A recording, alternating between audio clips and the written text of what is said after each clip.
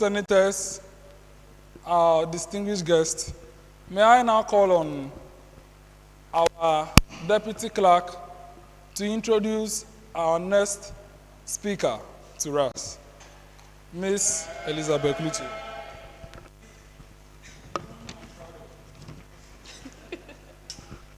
Thank you, Mr. Speaker.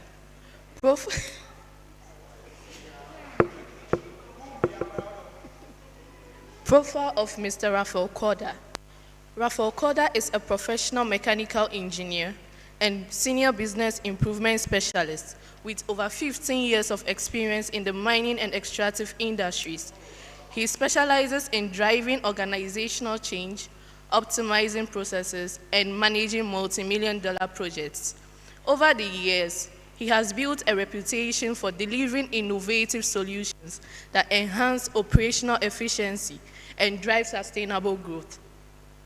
Beyond his technical expertise, Raphael is a dynamic entrepreneur, youth activist, public speaker, and political strategist.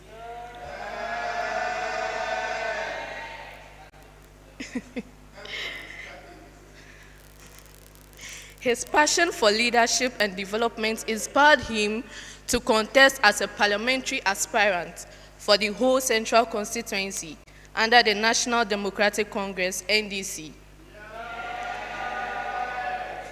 His comprehensive knowledge extends to asset management, risk management, health and safety, and environmental sustainability, where he consistently advocates for best practices and impactful leadership.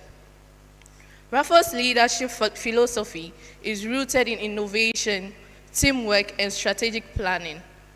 He leverages these principles to inspire collaboration and implement transformative changes across corporate, social, and political spheres.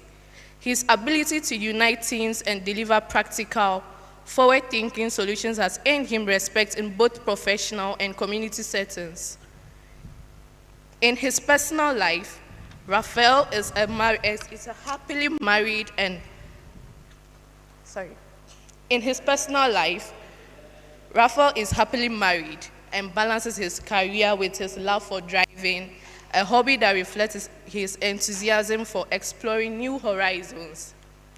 His multifaceted career and dedication to community growth underscore his commitment to fostering positive change and building a brighter future.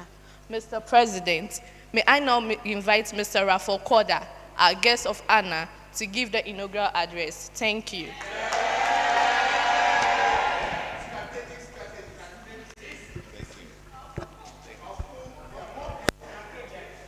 Of whom I am well pleased.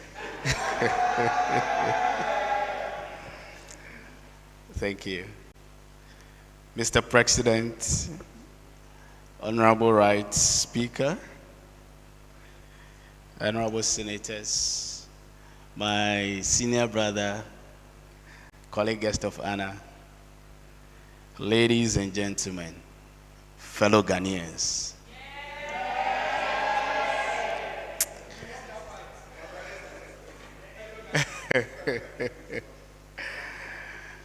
I'm very humbled to be given the opportunity to be part of you this afternoon.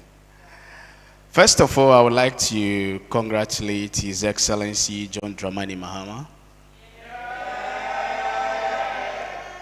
Exactly. On the landslide victory that we chalked in just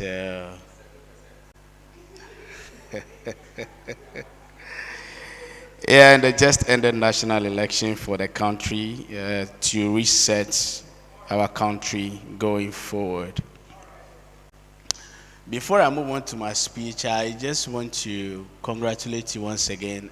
The work you are doing is one of a kind, and it's a generational change that you are involved in. And I really want to encourage you, don't take it lightly, because history will remember you. If we can grow this my vision and the vision for some of us, as we've been talking about, is to see from this level driving accountability right away up to the presidency of the country. It means that we need to be very much more committed and then get involved in governance of our country. You start from your constituency. I belong to a constituency. We all belong to constituencies. The political leaders of our constituencies are very important. Let's get close to them, to learn from them, and to, the most importantly, be involved in the decisions that are made. Because what you are doing here should not just end here as a phase you go through. I made a decision to leave work, my professional private life, to get into politics before contesting for the parliamentary candidate for this constituency, Ho Central. Because as an individual, and let me use Reverend Dr. here as a practical example. He does a lot of voluntary work, philanthropic works. But in his capacity as an individual, I'm not saying he's going into politics, that is not his intent, but somebody into politics, if he's able to touch 10 lives with a political capacity and being in that office, you can touch 100 with even less effort than he would do as an individual. So politics is the way to make life for us. Whether you like it or not, politics actually determines you and what you and I do. So I would just want to encourage you to get involved, whether you like the person in leadership or not. It is not about the individual. As you are here today, it is about the nation. You are concerned about your community. And the community in which you and I live is the politics, that is the governance. So this afternoon, I just want to speak briefly as a guest speaker on our theme. I wish I would have asked, as a teacher, as a public speaker, I wish I would have asked Mr. President what the theme of today's gathering is. But I want to believe we all know. So, His Excellency, the President of the Senate, I'll speak on three brief things. The first one is the role of the youth in parliamentary democracy. The second one will be on consolidating parliamentary democracy. And the third one will be leveraging youth development. The role of youth in parliamentary democracy thrives on, and as you can see, Parliament and its works actually thrives on representation, accountability, and active citizen participation. At the heart of this system is the belief that every voice matters and that governance should reflect the aspirations of all. Every voice matters, and governance should reflect the aspirations of all, especially the youth, who form the majority of Ghana's population as of today. And statistically, we have 6.5 million youths, according to the recent census that has been done. And that represents a percentage of 57%. You didn't hear that. The youth make up 57% of the Ghanaian population. Fellow Ghanaians. So the youth are not just the future, but we are the present. We are not just the future, we are the present. Our energy and drive, as well as the creativity, are essential for addressing the pressing challenges of our time and shaping a resilient democracy. I am speaking on the theme leveraging youth engagement for consolidating the principles of parliamentary democracy. That is the theme for our gathering this afternoon. Now, consolidating parliamentary democracy. To consolidate the principles of parliamentary democracy, we must ensure its foundations. The foundations of parliament are what? Representation, accountability, and inclusiveness. We must ensure that they are upheld. Those three things are the fundamentals of parliamentary democracy. And this can greatly be achieved through active youth participation. That is why I am happy we are here today to be part of something that has begun bringing fruit. You have produced a lot of SRC presidents. And if you see our political landscape today, my brothers, a lot of them who are ministers today, even in the past government, you will see that SRC presidents are there, news presidents are there, other political office holders or campus are there. So this is the platform for us to learn, and as long as there is opportunity for us, and my very good brother Edam Agbana, cutting off, I'm honored because I'm a Voltarian. I am Anewe, the youngest MP ever in the Fourth Republic. So the youth, we have a place in governance today, and I strongly believe that the leadership of His Excellency John Dramani Mahama is going to offer more youths opportunity to serve, and don't be left out. Now, representation, the youth must see themselves. We must see ourselves represented in leadership and decision-making spaces. This includes electing young parliamentarians, ensuring youth-focused policies, and creating opportunities for young people to contribute to national dialogue. This morning, the President, His Excellency John Dramani Mahama, has released the ministerial, the ministries under the presidency for the next government. And there is one ministry dedicated for youth development. It means that opportunities are being created for us, and we need to strategically position ourselves to be part of this and make an impact. I want to admonish you to see these opportunities as not making anything for yourself. See it as an opportunity to serve, to leave a name, to leave a legacy. Because there is one scripture I believe in as a Christian. The Bible says that he that waters others shall himself be watered. And if you are a farmer, or if you see a farmer going out to water his crops, there is no way the farmer will not get wet. Are you with me?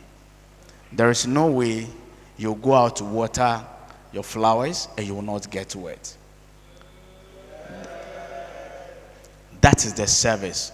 So see every opportunity you get here as opportunity to serve, opportunity to water. When you water, you definitely automatically be wet. That is when the satisfaction comes for me. Accountability. Democracy is strengthened when leaders are held accountable. Young people equipped with technology and digital tools have the power to monitor governance processes, demand transparency, and advocate for ethical leadership. Ethical leadership. And thank you, the team that is streaming the program for us.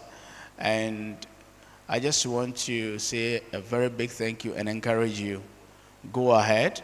Use technology as much as possible. Use technology. All of you should have your special pages in the social media, and make sure that you contribute meaningfully, not to some of them resorting to unproductive posts and comments. Comment and promote good governance. Positive things should be your hallmark. Now, the third thing, which is inclusiveness in governance, I wrote here, parliamentary democracy must embrace diversity, ensuring no youth is left behind, regardless of gender, background, or socioeconomic status. This inclusiveness builds trust in democratic institutions. we must promote diversity and inclusion. And earlier this morning, I'm happy to see that we have females as part of the new leadership that has been appointed by this August House. The second point, leveraging youth engagement. To fully engage youth in consolidated parliamentary democracy, we must, as a nation, enhance civic education. That is, many young people lack a clear understanding of parliamentary processes and their role in democracy. Comprehensive civic education will empower the youth to engage actively and meaningfully. For example, the new parliamentary museum that the Right Honorable Speaker Babin inaugurated earlier, was it this week? Yes. How many of you have heard of it? We are all senators, we are future parliamentarians. Let's use that as an opportunity to learn more about the parliamentary proceedings. We create a platform for dialogue. Youth parliaments like this one are excellent platforms for fostering debates, collaboration, and leadership skills. These forums should be supported and replicated at a regional and community level. And I'm happy to hear your president that you are opening outlets, trying to go down to the basic level to bring that enlightenment and education. Thank you, and please continue to do that. We will be there to support you. Promote digital democracy is one other thing that we can leverage on. As technology is a powerful tool for engagement, let's leverage social media, online platforms, and e-governance tools to make parliamentary processes more accessible to the youth. Foster leadership development. Leadership is a skill that can be nurtured. This setup today was a vision of one young man, the current president of this August House. And today, how we are on Facebook? We are streaming, right? Whether we are streaming live or not, the moment it is published, I, Raphael Korda, I will be seen, right? Through the vision of one person some few years back. It means that the vision you have, the dream you have, will go a long way to impact a lot of people. As we socialize and share whatever transpires here today, we are giving out knowledge. We are educating the public. People that do not know, they will learn from us. You might not know who is watching, so don't give up. Leadership is a skill, and programs like this, I am encouraging everybody to support it. Now, my call to action for us, just to conclude it, is to challenge you to embrace your role as custodians of democracy. Participate actively in governance, as I mentioned earlier. Challenge the status quo and contribute innovative ideas to national development. Let your voice be a beacon of hope and change for Ghana. Ghana is all we have, no matter how little it is. Some of you, like Cyril, he's very good in research. When I was doing my work, himself and a team has done a lot of research for our party. And the victory of our party and the percentage that we got in Volta region, he, as a member of this noble and august house, is a key member and a contributor to that. Let's give him a year. And with research, somebody, you are a communicator. When you get an opportunity to take the platform to communicate, make sure that irrespective of your partisan colors, we all cannot be at one side, right? Democracy actually makes room for diversity, divergent views. But in communicating in your party colors, make sure that you are communicating, excuse my language, constructively. I wanted to use the word, but it is unparliamentary. So when you have the opportunity to communicate, make sure you are objective as much as possible. The fact that my color is green doesn't mean that when we are doing something that is not right, you speak to it. If you cannot speak contrary to it because of a party position, I will advise you decline to speak. So to policymakers and leaders like myself, let us invest in the youth by creating an enabling environment for their engagement. This includes patronizing youth-friendly policies, fostering inclusion, and providing platforms for leadership. I am taking a practical step to actually demonstrate this. I work and live in Sunyani. I don't know how many of you know there. I work with Newmont. I drove myself all the way from Sunyani to here today. That tells us the importance and the value that we place on this.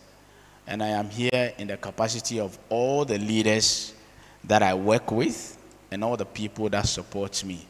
I am not here as an individual. I carry a voice, and I also collaborate with people. So as I'm here, the leadership of my team and our great party are also here. That is the value we place on this very august housework. Now, in my conclusion, as I would say, as you deliberately today make a decision to promote youth empowerment, let us remember that democracy is not static. Democracy is not static. It evolves with the active participation of its people. Active participation is the key word. Ghana's parliamentary democracy will only be as strong as the commitment and engagement of its youth. So, His Excellency, thank you for visiting the Parliament of the Republic of Ghana. And as you are going, let's see how best you can make it possible for a lot more of you to visit as frequent as possible to learn and then contribute. As you watch, if there is anything, there are proceedings ongoing, there are things that you think can help, please, democracy is not static. Thank you. Together, let us build a democracy that reflects the aspirations for all, one that stands as a model to the world. Thank you, and may this program inspire actionable change for our beloved Ghana. God bless you, and God bless our homeland Ghana. Thank you.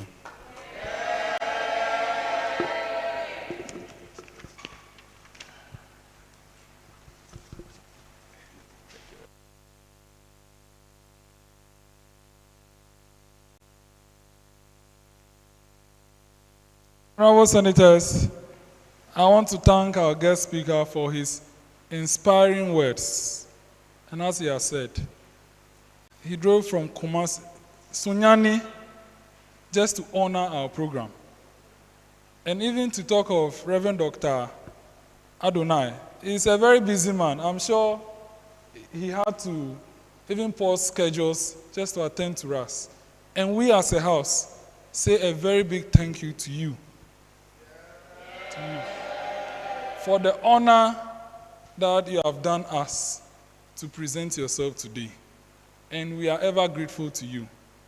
And we hope that you continue this journey with us as we continue this journey to impact more and expand our horizon. We are grateful. Before I inaugurate the chamber, there is one other person that we have to still honor since he is here or she is here. May I still call on Mr. Raphael Korda? I don't know whether there can be a joint award. It would be nice if both of you can do us this honors because the person is very dedicated to our cause. She knows herself. Just start walking to me. Just start walking to me in the spectacle. Senator Harriet Senanu Abude. She is someone who is very dedicated to our cause.